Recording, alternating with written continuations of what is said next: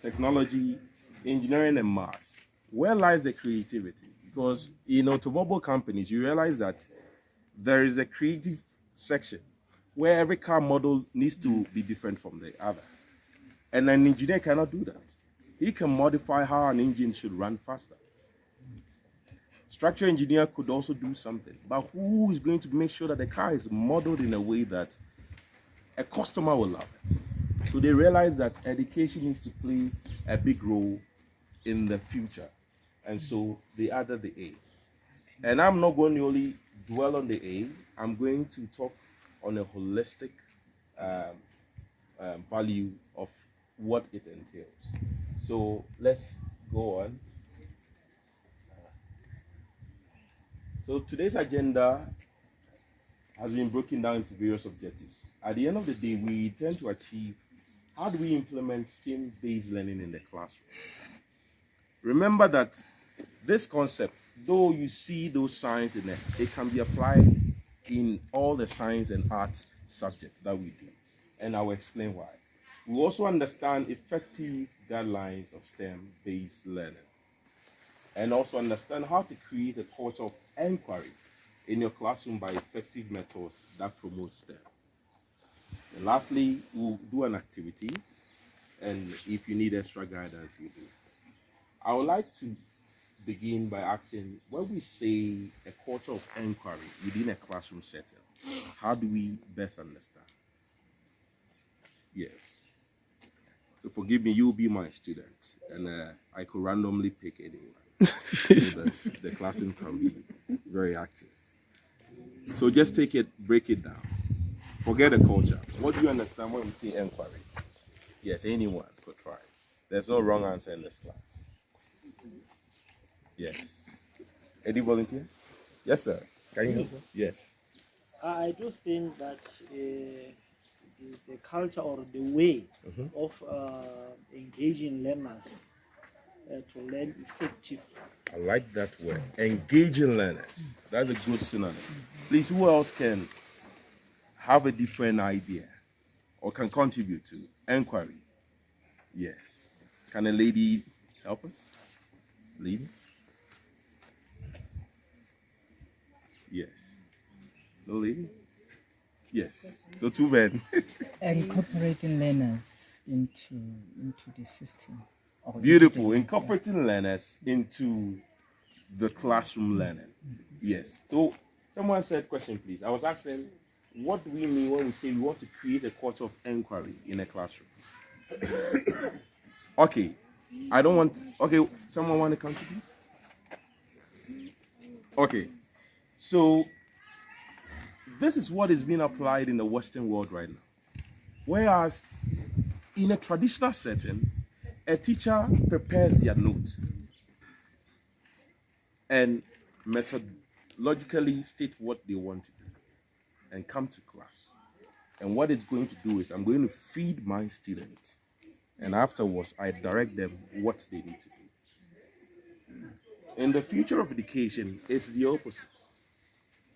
We ask kids a question and we stay behind and allow them to inquire through prior knowledge.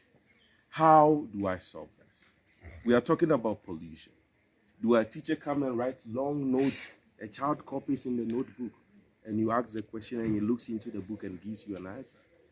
Or the child, by experience in the environment, what they've seen on the internet, are they able to bring it together in a form of teamwork to discuss what pollution is?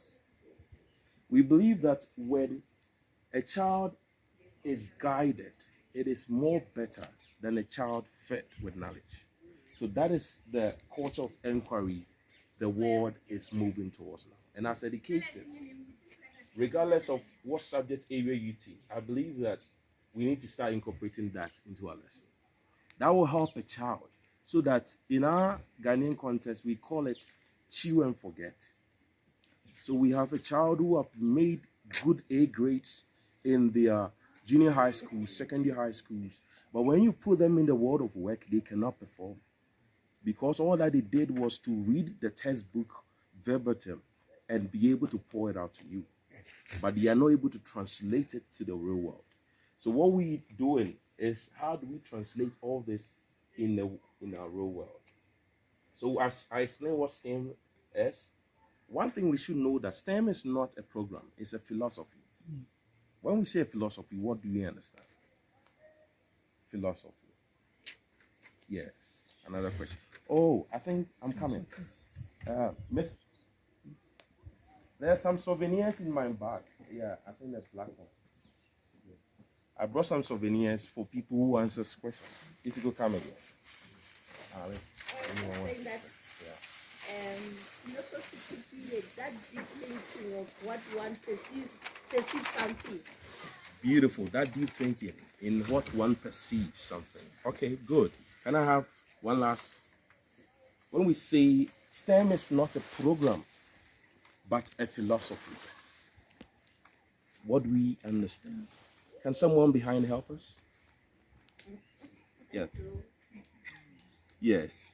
Okay, madam. I think because of the meaning put on something, it's different to different people. Okay. Yes. Okay, good. I believe as teachers here, everyone has a teaching philosophy. If you are a teacher and randomly you are asked what is your philosophy of teaching, and you have to break and think, then that means you are not adequately prepared for what you're doing. As a teacher at the word go, you should know why you chose the teaching profession, and you should know what you stand for. So sometimes, even before you are employed in a school, you will check whether your philosophy aligns with theirs. If it does not, you know you are not at the right place, because you are going to be frustrated, because your way of understanding in grooming up a child does not align with what the school believes in. And there have been so many good teachers who have backed out of education because they felt that they were being suppressed. So first identify that a philosophy is a way of thinking that you were able to live by. So we are now moving from a programmed education where a child is told to walk here and there to a philosophy. So there are multiple routes. A child chooses the one that they best understand. Do we get it? Okay. So it is a set of thinking, reasoning, teamwork, investigation, and creative skills that students can use in all areas of their lives. So we are not just grooming kids for the classroom, but also for the real world. There needs to be that interconnection. That what I'm doing in class, am I able to use it to solve a problem? As math teacher, if I teach algebra, calculus, quadratic equation, Venn diagram, how is a child going to use it to solve a problem, even as they play on the playground or as they help their mom at home? It is important that a child understands that.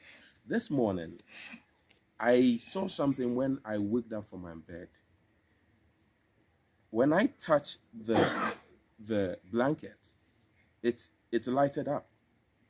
And I was shocked. I didn't know what it was. But luckily, when I got out of my room, I was asking the science teacher, wow, he said static energy. I said, whoa, why? So am I a conductor? He said, yes, because the whole building has not been wired with earth. You know, earth is one of the wires that is able to capture. So as I walk, I become part of an installation, a conductor. And that can be harmful. This is something that they do in schools, but I did not know. So imagine that a child has been taught, is able to teach their parent that this building, aside all that we do, we need to earth it so that any external power goes down. And this is what we are driving towards. So STEM is not a standalone class, as I always say. It is not limited to only the science and math teachers. Even in social studies, in English studies, how do you plan your classroom in a way that a child lead in themes? One help the other by discussion, experiences. Okay, let's move forward. So let's brainstorm this two quotes. It says, it is impossible to make wise personal decisions or to exercise good citizenship, or compete in an increasingly global economy, or to begin to address the enormous challenges we face in exercising our stewardship of our environment without knowledge of STEM and the ability to apply that knowledge thoughtfully and appropriately. Remember, we are grooming our kids to be good citizens. And I always ask the question, is a textbook that we are using in class, is it really in line with how we want our kids to grow up? That is also some food for thought. Let's look at this one. If we don't shift from traditional education norms, an entire generation of kids will fail to make the grade in the global economy because they can't think their way through abstract problems. Work in teams. Distinguish good information from bad, or speak a language other than English. Do you understand this? What is traditional education? Who can help? Teacher-centered. Teacher-centered. Thank you. Teacher-centered, yes. When I was growing up, that was it. A teacher is the master. You don't challenge a teacher even if you've learned the lesson. Oh man. Thank you. If a teacher is solving an equation and it doesn't go well, you, the student, you cannot tell the teacher that the teacher is wrong. But in the current education, a child challenges a teacher. Say you got that wrong. Can I prove to you? Are we ready for the future? That your old note needs to be refined because children are learning ahead. Because the classroom is not only in your classroom. The classroom is on the internet. So if you're using outmoded definitions and a child who has the inquiry characteristics is able to go and see the current definition and comes to your class and tell you are wrong, how are you going to feel as a teacher? We need to be prepared for the future today. And we must never settle for less. In Africa, I always tell my friends and my colleagues that it is believed that when someone goes to school in abroad and comes, he is of best notch than anyone. Why is it so? It is an issue of the mindset. Look, what you are teaching, do you believe that's the same thing being taught in Canada or in the United States? As a teacher, do you go on the internet? There are so many sites that helps teachers. People put their resources, TLMs, on there. Do you compare? Do you refine every academic year? How do you improve? Can you boast your heart and say that, yes, I am as current as any teacher in the world? If we all can do that, then we can demystify that notion that good education can only happen in the Western world and not in Africa. And this is the gateway. Through STEM education, challenging our kids to think forthright and into the future. So let's ask ourselves whether these four skills are manifested in our classrooms. How is a child able to adapt in your classroom? Every child, not only the highly intelligent ones. Because as teachers, I know, naturally, we like kids who make our teaching easier. What about those middle ones and those who are crawlers? Are they also able to adapt? Or you solve an equation and about two people answers correctly, oh, let's move on. Because I don't have time. I need to finish this lesson within a week. How about social skills? The skills we use every day to interact and communicate with others. How are children allowed to develop their social skills within the class? As a class teacher, do you allow space for children to interact, share knowledge, discuss questions. Solve problems together. Because there's a great disservice to our current generation, because I'm not that old. But when I was growing, most of our entertainment were done outdoor. We developed traditional games, we work football together. But in today's world, you realize that a child can sit inside a room the whole day, playing video games, watching TV, and all of that. And so their social skills is really, they're losing ground. And so they grow up, and in the world, in the real work environment, they are not able to express themselves. Meanwhile, they are intelligent. You will see that the Western child always is assertive.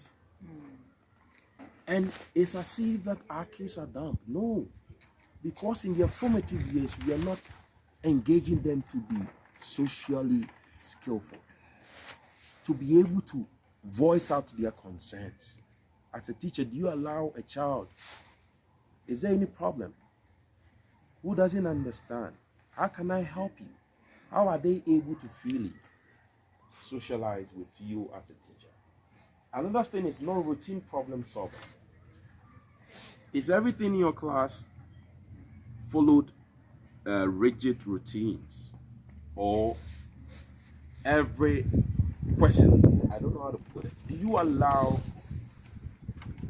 kids or students to arrive at a destination through multiple routes? Or you only have one route that a child needs to? I remember in school when a teacher gives us note and says that define what population is or what photosynthesis is. He expects you not to miss even one word that he gave. Yes.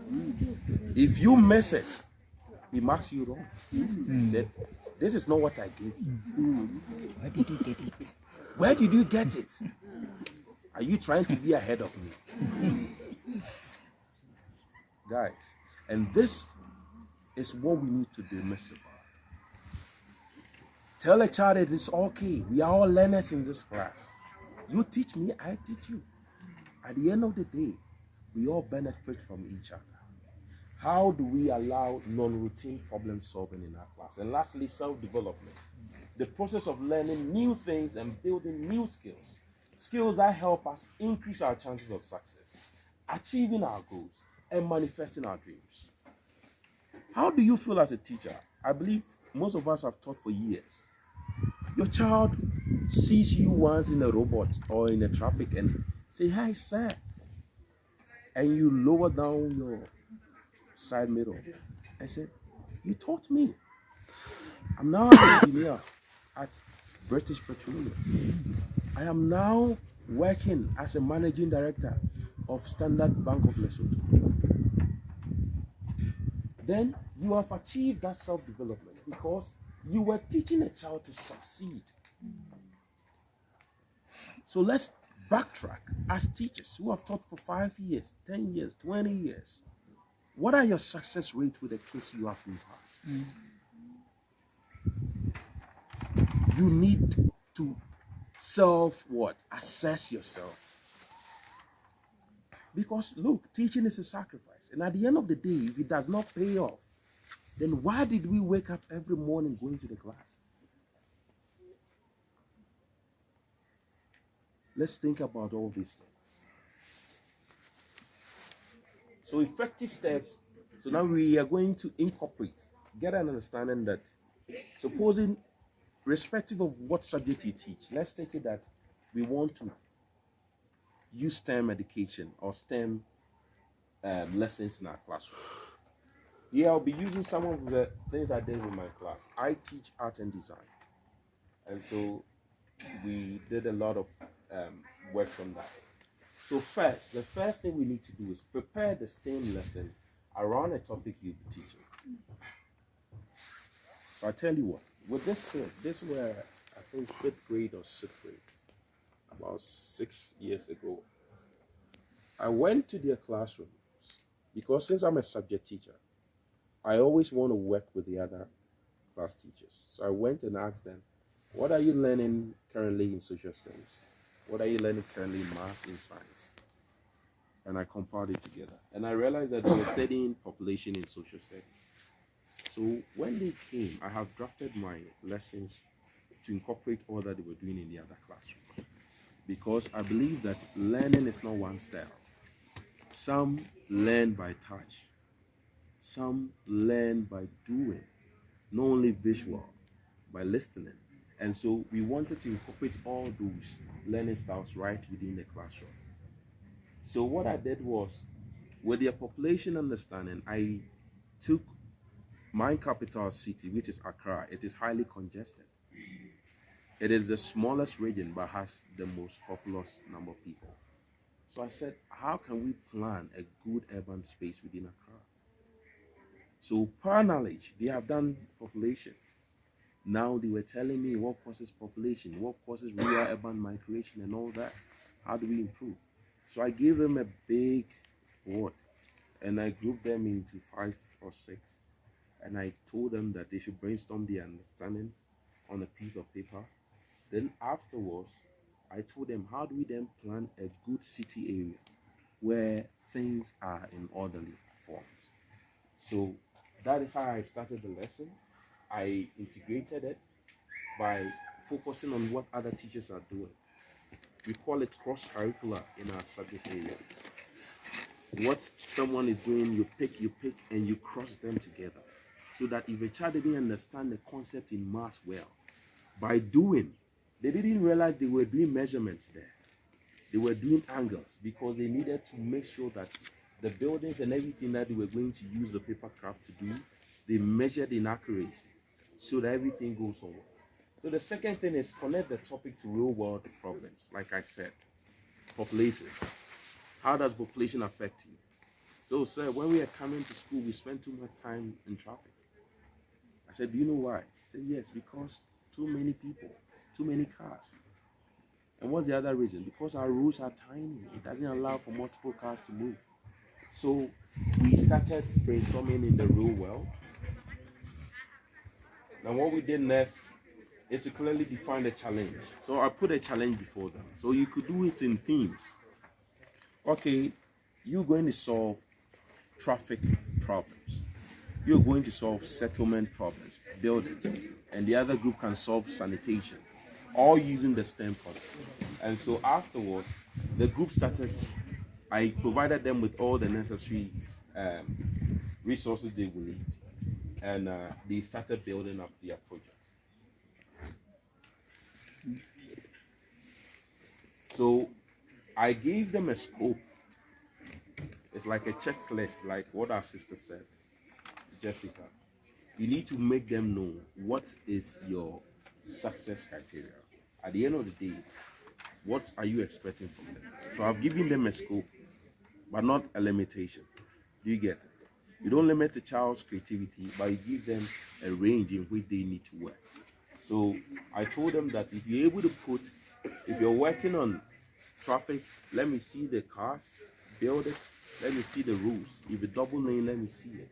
And so they did exactly that. Then we use engineering design process for planning. Now, engineering design process is as simple as just what an engineer does. If an engineer wants to build a bridge, if you are the client, the engineer doesn't come and tell you that this is the bridge I want to build for you. Do you like it? As a client, will you be happy? You will tell him what you want. Then the engineer will say, okay, give me a week, I'm going to give you several drafts or something. They come, they explain to you what each one does. They give you good budget and you quantify everything and know that, yes, I can afford this. This is good for my people. Then you move forward. So engineering process simply means you plan step by step. You know, kids need to be guided so that they know exactly what to do at what time. So that's the engineering design process. Now, help students identify the challenge. I spoke about that. So you do that, make sure they have a clear vision of what they want to achieve, and they go about that. Involve students in teams in researching the content for challenges. So that's another good area. You involve them. There are some students who have more inquiry habits than others. So can I research? They go online. So you provide them with the internet. Okay, what is urban rural migration? They find it out. How has developed communities or cities in the world? How have they planned? They bring up a pictorial view of how it is planned. Now they deduce, they come up with their own understanding and concept. It can all be done within a theme or in a teamwork. So we do that. And encourage teams to develop their own ideas about how to solve problems. So, you as a teacher, what do? You encourage them. You can do this. Hey guys, you are the next engineers that Lesotho needs. You are the next managing directors that they need. You encourage them to let them know that they can do it, because most of our kids have what self-doubt because of maybe how they were raised. You, the teacher, must encourage them that they can do it. Perhaps in their whole family, no one has ever risen to that status before. But by encouragement, a child can get to the higher level. So, those were how to plan effective ways. Now, what benefit do we get from STEM education? It gives all students hands-on learning experience, shows them a different way to value art, exposes students to creative process, provide unique ways to problem solving, encourage girls to explore STEM fields. And that's something that's so passionate for me. How do you encourage girls to take up the challenge in STEM education? How do they become mathematicians, engineers, scientists, and all that? Because we believe that it needs to change. We need to embrace more women into those fields. And to offer meaningful collaboration, increase critical thinking. Okay, so in conclusion, we develop practical implications for teacher successful engagement with their competence in STEM education. A teacher is able to raise their bar and standard when they're able to apply the STEM concept in their teaching. Most of the current generations has grown up with the technology and demands challenging learning. So they are already introduced to technology, and so you, the teacher, you need to match up with that sort of level. Shifting to the digital world, that's another concept. And STEM involves teachers in developing a humanistic vision of 21st century education and the role as professionals. Yes, thank you so much. Please, do you have any questions? Any questions or any contributions? Questions, contributions. Yes. Okay, it's not a question. Okay. The benefit of STEM, it said it let learners to be creative, critical. It allows them to. Critical thinking.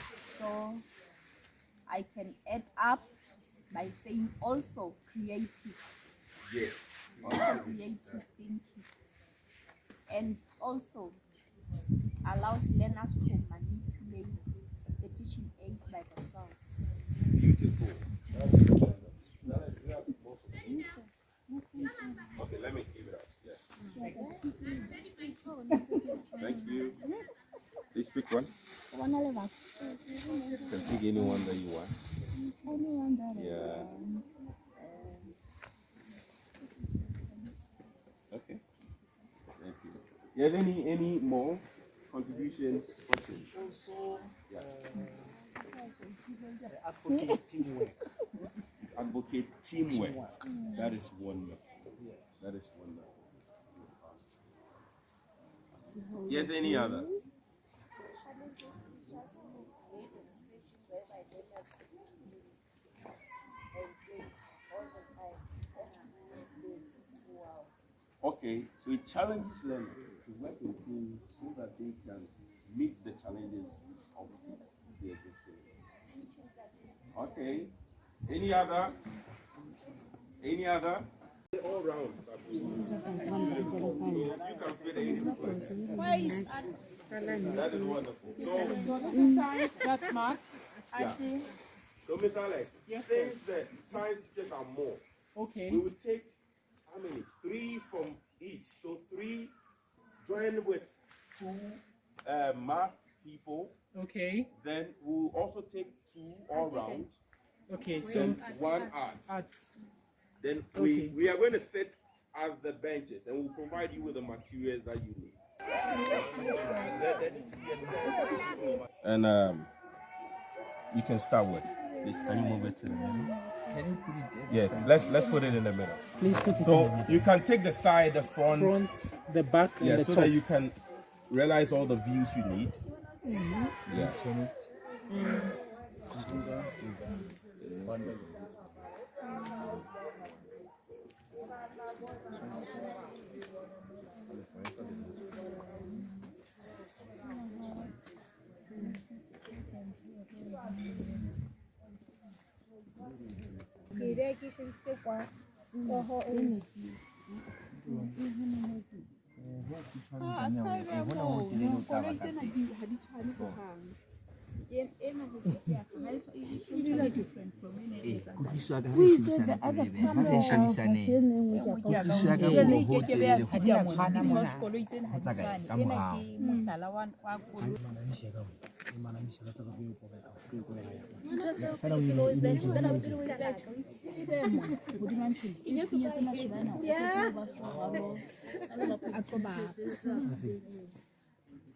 Correspondence.